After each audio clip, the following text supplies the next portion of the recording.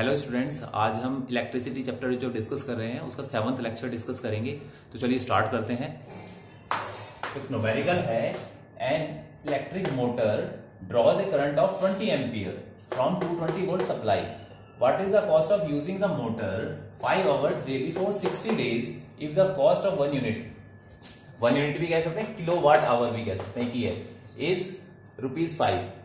ठीक है, तो एक मोटर है, इलेक्ट्रिक मोटर है, हम उसको डेली यूज कर रहे हैं। ठीक है, और 60 डेज तक यूज कर रहे हैं, डेली 5 घंटे यूज करते हैं, 5 आवर डेली यूज करते हैं। तो उसका हमें बताने का है कितना कॉस्ट आएगा। मीन्स जो हमें बिल मिलता है, इलेक्ट्रिसिटी बिल यूजुअली जैसे 60 डेज में मिलता है या 30 डेज में मिलता है, तो फिलहाल यहाँ पर 60 डेज है, 2 मंथ्स में। तो उसका टोटल कॉस्ट बताना है कि एक इलेक्ट्रिक मोटर का कितना बिल आने वाला है हमको। ठीक है, तो स्टार्ट करते हैं सॉल्यूशन। तो इसमें सबसे पहले हमको क्या करने का है, क्या क्या गिवन है वो देख लेते हैं। इलेक्ट्रिक मोटर ड्रॉ एक करंट मींस आई गिवन है, आई इज इक्वल टू कितना गिवन है 20 एम्पियर। फिर V वो पोटेंशियल डिफरेंस गिवन है 220 वोल्ट। ठीक है, ये गिवन है। और जो क्या कहते हैं, जो एक्स्ट्रा है वो हम आगे यूज करेंगे उसको। फिलहाल इसी से शुरुआत करते हैं। तो सबसे पहले हमें क्या फाइंड करना होता है, पावर निकालना होता है। ठीक है, जो इलेक्ट्रिक मोटर है उसका पावर कितना है, तो सबसे पहले हम पावर फाइंड करेंगे, देन उसे एनर्जी फाइंड करेंगे। ठीक है, ओके, तो शुरू करते हैं। तो जैसे हमने पहले फॉर्मूला भी डिस्कस किया, क्या होता है पावर का formula, P is equal to क्या होता है V इंटू आई। कितना है V 220 इंटू आई कितना है 20। तो दिस इंप्लाइज दैट कितना आ जाएगा हमारा पावर जो आएगा हमारे पास में 220 22 2 टाइम्स 44 होगा और 2 0 और देंगे। ठीक है, इतना वॉट पावर आ गया है। लेकिन जब भी कभी इलेक्ट्रिसिटी या बिल वगैरह का हमें फाइंड करना है, यूनिट्स फाइंड करनी है, तो हमको पावर को किलोवाट आवर में चेंज करना होता है, यानी 1000 से डिवाइड करना पड़ेगा। This implies that P is equal to क्या आएगा 4400 अपॉन 1000 के मीन्स इसको किलोवाट लिख सकते हैं, KW किलोवाट आ गया। तो क्या आ जाएगा, दिस इंप्लाइज दैट कितना आ गया power P is equal to 4.4 kilowatt. ठीक है, तो 4.4 किलोवाट आ गया है हमारा पावर। अब दूसरा क्या फैक्टर है हमें जो चाहिए, वहां पर चाहिए होता है हमको टाइम। तो टोटल टाइम कितना है, तो टाइम है हमारा कितना, टाइम 5 आवर्स गिवन है, 5 आवर्स गिवन है टाइम। टाइम हमेशा आवर में यूज करते हैं। ठीक है, टाइम अगर मिनट्स में गिवन हो तो आप उसको पहले आवर में चेंज करें 60 से डिवाइड करके। यहां में चेंज करने की रिक्वायरमेंट नहीं है क्योंकि टाइम हमें पावर टाइम जो गिवन है आवर्स में ही गिवन है। तो पहले हम 1 डे में कितना कंज्यूम हो रहा है तो वो फाइंड करने वाले हैं। ठीक है, तो यहां से हम आगे बढ़ते हैं। तो इलेक्ट्रिकल एनर्जी क्या फॉर्मूला होता है, E इज इक्वल टू क्या होता है P इंटू टी। ठीक है, फॉर्मूला याद रखें आप। तो कितना पावर है हमारा 4.4 इंटू टाइम क्या है 5। तो मल्टीप्लाई करते हैं और आंसर निकाल सकते हैं। तो कितना आएगा ये 22.0, इतना क्या आ रहा है किलो वॉट आवर। जो यूनिट होती है ना इलेक्ट्रिकल एनर्जी की, वो क्या होती है kilowatt hour. Kilowatt hour में आ रहा है, इसको यूनिट भी बोलते हैं। चाहे किलो वाट आवर लिख सकते हैं, चाहे यूनिट लिख सकते हैं। ठीक है, तो कितना यूनिट बिल आ रहा है, ये 1 डे का आ रहा है। ठीक है, तो electrical energy consumed in 1 day, वही लिख देते हैं, इन 1 डे इज इक्वल टू कितना आ रहा है 22 किलोवाट आवर।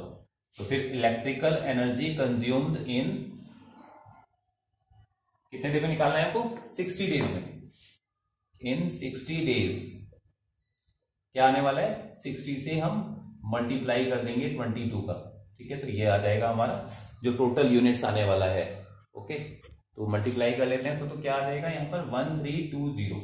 ठीक है, इतना आ गया किलो वॉट आवर। तो इतनी यूनिट्स कंजप्शन होंगी 60 डेज में। तो कॉस्ट कितना आ जाएगा, कॉस्ट ऑफ इलेक्ट्रिसिटी मल्टीप्लाई कर देंगे। 1 यूनिट का कॉस्ट कितना दिया हुआ है, 5 रुपीज दिया हुआ है, तो 5 से टोटल यूनिट्स को मल्टीप्लाई कर देंगे। ठीक है, तो इस तरह से करके आप आंसर फाइंड कर सकते हैं। तो डिवाइड करके देख, मल्टीप्लाई करके देखते हैं, 5 इंटू 1320 कितना आ गया है, ₹6600। ठीक है, तो इतना केवल एक मोटर का, जो हैवी मोटर्स होते हैं उनके लिए इतना आ सकता है, तो ये कॉस्ट आ जाएगा ₹6600।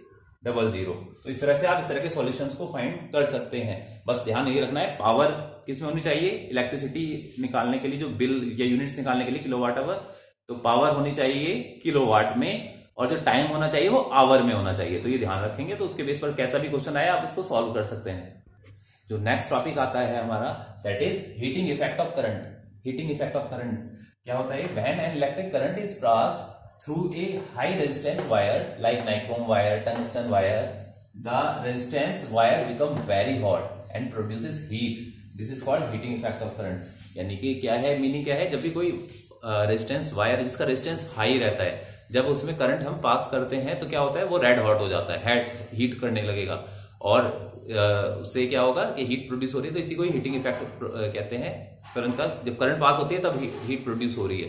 रेजिस्टेंस के कारण से क्या होता है ना, हाई रेजिस्टेंस के कारण से करंट फ्लो होने में इंपीडेंस प्रोड्यूस होता है, बाधा उत्पन्न होती है, उससे हीट प्रोड्यूस होती है।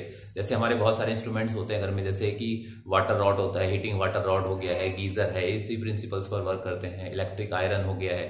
ठीक है, तो इसी प्रोसेस को क्या कहते हैं, हीटिंग इफेक्ट ऑफ करंट कहते हैं। तो कितना अमाउंट में हीट प्रोड्यूस होगा उसको हम कैसे कैलकुलेट कर सकते हैं, तो उसके लिए फॉर्मूला डेरिवेशन है एक, तो वो देख लेते हैं। जो भी हीट कितनी प्रोड्यूस होगी, that is equal to the work done, कि वर्क कितना होने वाला है। ठीक है, तो पहले वर्क डन हम कैलकुलेट करेंगे कि कितना वर्क डन होने वाला है। तो क्या फॉर्मूला होगा वर्क डन का, work done in moving particular charge. ठीक है, तो W इज इक्वल टू क्या होगा, Q इंटू V। ठीक है, वर्क डन Q क्या है यहां पर, charge moved, amount of charge moved, और V क्या है यहां पर, बताइए आपको क्या है, पोटेंशियल डिफरेंस है। ओके, तो इस तरह से करके अब हमें पता है इक्वेशन 1 है हमारा। अब इक्वेशन 1 में हम क्या करेंगे, put Q is equal to I into T. Formula होता है चार्ज का, Q इज इक्वल टू क्या होता है, I इंटू टी। कहां से आया है, I इज इक्वल टू क्या होता है, Q अपॉन टी, वहां से आया है। And V is equal to I into R, ये कहां से है, ओम्स लॉ से आया है। कहां रखेंगे हम, इन इक्वेशन 1। इक्वेशन 1 में ये वैल्यूज पुट अप कर देते हैं, तो देखते हैं हमें क्या मिलने वाला है। तो इक्वेशन 1 में W इज इक्वल टू क्या आ जाएगा, Q की जगह क्या रख दिया हमने, I इंटू टी। ठीक है, और V की जगह क्या रख दिया, I इंटू R। तो क्या आगे this implies that W is equal to क्या होगा, I स्क्वायर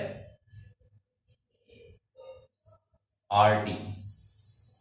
ठीक है, T क्या है यहां पर, time, time taken to move the charge, okay, from one point to another. तो this is I square RT। अब क्या होगा, heat produce is equal to क्या होगा, is equal to work done.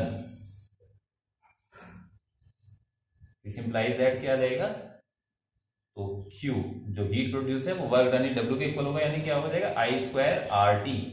ये हमारा Q का फॉर्मूला आ गया कि अगर कहीं हीट प्रोड्यूस हमें निकालनी हो तो I स्क्वायर RT से हम फॉर्मूला लगा करके निकाल सकते हैं। ओके, तो हीट प्रोड्यूस हम ऐसे फाइंड कर सकते हैं। जो यूनिट होती है Q की, यानी हीट प्रोड्यूस्ड जो होता है, दैट इज जूल्स। ठीक है, क्या होती है, जूल्स होती है, और इसको क्या कहते हैं, जूल्स लॉ ऑफ हीटिंग भी कहते हैं, जूल्स लॉ ऑफ हीटिंग ही हम इसको कहते हैं। ओके, हमें यहां से जो फॉर्मूला अचीव हुआ है, इससे हमें कुछ इंपॉर्टेंट पॉइंट्स पता चल जाते हैं इसके बारे में, कि जो हीट प्रोड्यूस है Q, वो क्या है, डायरेक्ट प्रोपोर्शनल है I स्क्वायर के। यानी कि अगर हम करंट को 2 टाइम्स करेंगे तो जो हीट प्रोड्यूस है वो क्या हो जाएगी, 4 टाइम्स हो जाएगी। ये 2 टाइम्स किया हमने, तो ठीक है, अगर हमने क्या किया 2i कर दिया, ठीक है, तो स्क्वायर है क्योंकि, तो क्या आ जाने वाला है, ये 4i स्क्वायर आ जाने वाला है, नहीं 4 टाइम्स हो जाएगी। 4 टाइम्स हीट प्रोड्यूस क्या होगी, 4 टाइम्स हो जाएगी। फिर आर की क्या है, डायरेक्ट प्रोपोर्शनल है, Q direct proportional to R, यानी कि अगर हम रेजिस्टेंस को क्या करेंगे, डबल करेंगे तो क्यू भी डबल हो जाएगा, हाफ करेंगे तो हाफ हो जाएगा, ठीक है। और लास्ट है time,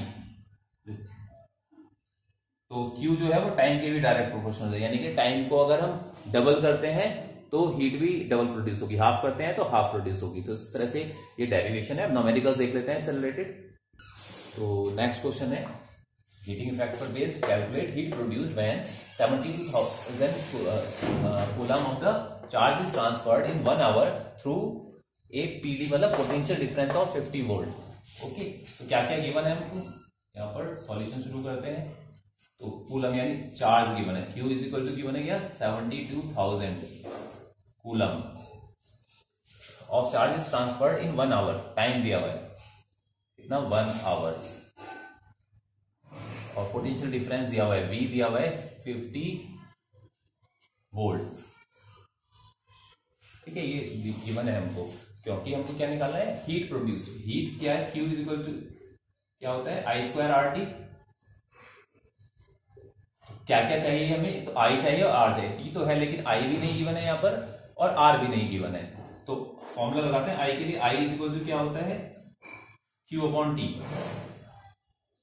what is Q, 72,000 upon what is time. Time को हमें क्या रखना है, जब भी हीट प्रोड्यूस करने का है तो हमको सेकंड में चेंज करना होगा इसको। तो कितने सेकंड होंगे 1 आवर में, 60 इंटू 60 सेकेंड, ठीक है। 1 आवर में 60 इंटू, यहाँ क्या रखेंगे 60 इंटू 60, ओके। और जब हम यूनिट्स कैलकुलेशन करेंगे तो टाइम आवर्स में ही लेना है, लेकिन हीट प्रोड्यूस निकालेंगे तो टाइम सेकंड्स में लेने का है। अब यहां पर से देखें, 2 जीरो से ये 2 जीरो कटअप हो गई हैं, तो यहां से कितना 6 से कटअप हो जाएगा 72, कितना आ जाएगा 120, तो क्या आ गया 120 अपॉन 6 आ गया, कटअप होगा तो कितना 20 आ गया। तो this implies that I is equal to क्या आ गया हमारा 20 एम्पियर करंट आ गया है हमारे पास में। अब सेकंड हमें क्या फाइंड करना है, सेकंड हमको फाइंड करना है रेजिस्टेंस R। तो ओम्स लॉ से, फ्रॉम ओम्स लॉ क्या कहता है, Ohm's law V is equal to I into R होता है, ठीक है। तो this implies that I R निकालना है, तो R इज इक्वल टू क्या होगा V अपॉन I। यहां से हम R भी निकाल लेते हैं, V कितना है, V 50 अपॉन I कितना है हमारा 20, तो इज इक्वल टू क्या आ गया 5 अपॉन 2 ओम, ठीक है। तो R भी आ गया है हमारे पास में।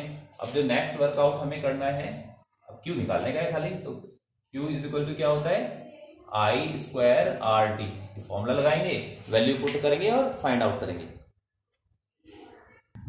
तो वैल्यू पुट अप कर देते हैं, क्या आएगा, this implies that Q is equal to I square, तो व्हाट इज I स्क्वायर क्या हो जाएगा 20 का square into R, what is R 5 upon 2 into T, what is time 60 into 60, ठीक है। तो 1 2 से 60 डिवाइड हो जाएगा, कितना आएगा हमारे पास में 30 आ जाने वाला है, ओके। अब बाकी जो है 20 का स्क्वायर क्या होता है 400 इंटू 5 इंटू 60 इंटू 30, ठीक है। इन सबको हम मल्टीप्लाई कर लेते हैं, तो मल्टीप्लाई कर लेते हैं, कितना आने वाला है हमारा 400 इंटू 5 इंटू 60 इंटू 30, ये आ गया हमारे पास में 3 6, इसके आगे कितना 50 जूल्स, ठीक है। तो आंसर आ गया हमारा जूल्स में। अगर ज्यादा लंबे डिजिट्स में आता है तो हम उसको किलो जूल्स में भी निकाल सकते हैं। This implies that Q is equal to कितना आ जाएगा, इसको 1000 से डिवाइड कर दीजिए, अपॉन 1000 से डिवाइड कर देते, 3 डिजिट से 3 डिजिट कटअप हो जाएगा, तो कितना आ गया 3600 किलो जूल आंसर। ठीक है, तो किलो जूल में भी हम इसको फाइंड कर सकते हैं। तो इस तरह से क्वेश्चन कंप्लीट हो जाता है। तो जो नेक्स्ट टॉपिक आता है वो है हीटिंग इफेक्ट जो है इलेक्ट्रिक करंट का, इसका यूटिलाइजेशन कहाँ कहाँ होता है। तो चलिए 1 बाय 1 करके देख लेते हैं कि यूटिलाइजेशन कहाँ कहाँ होता है।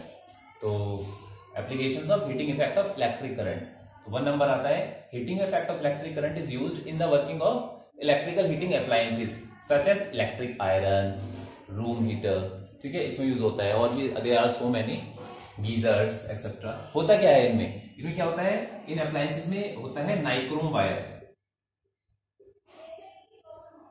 जो नाइक्रोम वायर होता है इसका क्या होता है, हाई रेजिस्टेंस होता है। हाई रेजिस्टेंस होने के कारण से जैसे ही इसमें करंट पास किया जाता है तो क्या होता है, हीट प्रोड्यूस होती है। जब इसमें आई यानी करंट पास करते हैं तो क्या होता है, हीट प्रोड्यूस होती है। ठीक है, यही इसलिए यूज कर लिया जाता है हीटिंग इफेक्ट में। हाई रेजिस्टेंस के कारण से हीट प्रोड्यूस होगा, करंट के फ्लो होने में इंपीडेंस प्रोड्यूस होगा। ठीक है, सेकंड आता है heating effect is also used in electric bulb for producing light. आजकल तो एलईडी बल्ब चलते हैं, लेकिन पहले जैसे था तो जो नॉर्मल बल्ब हुआ करते थे तो क्या होता था उसमें, अभी यूज होते हैं वैसे टंगस्टन वायर यूज होता है। टंगस्टन का भी सेम है, टंगस्टन जो होता है फिलामेंट होता है, इसमें भी हाई रेजिस्टेंस होता है।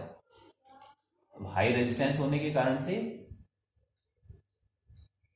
जो वायर है वो रेड हॉट हो जाता है। रेड हॉट होने के बाद में क्या होता है, पहले हीट होता है वायर, और हीट होने के बाद में लाइट प्रोड्यूस करता है। ठीक है, तो ये heating effect of electric current का सेकंड एग्जांपल था। थर्ड आता है it is used in electric fuse.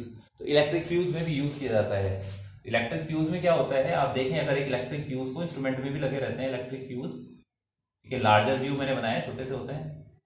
तो यहां पर ना एक वायर प्रेजेंट होता है, इसके सेंटर में क्या है, दिस इज द वायर। ठीक है, इसे फ्यूज वायर कहते हैं। जो ये फ्यूज वायर है किसका बना रहता है, ये होता है टिन प्लेटेड कॉपर वायर। क्या होता है, टिन प्लेटेड कॉपर वायर होता है। टिन प्लेटिंग क्यों की जाती है कॉपर वायर पर, जिससे इसका क्या होता है, लो मेल्टिंग पॉइंट हो जाता है। लो मेल्टिंग पॉइंट हो जाता है। अब क्या होता है, सपोज कभी हाई करंट आ जाए, तो हाई करंट आने से क्या होगा, हीटिंग इफेक्ट यहां प्रोड्यूस होगा। हीटिंग इफेक्ट, हीट होगा, वायर हीट होने के कारण से क्या होगा, क्योंकि इसका मेल्टिंग पॉइंट क्या है, लो है, तो लो है मेल्टिंग पॉइंट, तो क्या होने वाला है, वायर मेल्ट हो जाएगा, ये सर्किट ब्रेक हो जाएगा। ऐसे करके वायर मेल्ट हो जाएगा, इलेक्ट्रिसिटी का जो सर्किट है वो इनकम्प्लीट हो जाएगा, मींस करंट फ्लो नहीं होगा, और जो हमारा इलेक्ट्रिकल अप्लायंस है वो बच जाएगा।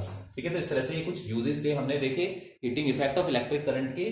ठीक है, तो इसी के साथ जो हमारा चैप्टर है इलेक्ट्रिसिटी ये कंप्लीट हो जाता है। आप अच्छे से पूरे जो लेक्चर्स है उसको रिवाइज करें, प्रैक्टिस करें। इंपॉर्टेंट चैप्टर है एग्जामिनेशन पॉइंट ऑफ व्यू से भी। So thank you for watching.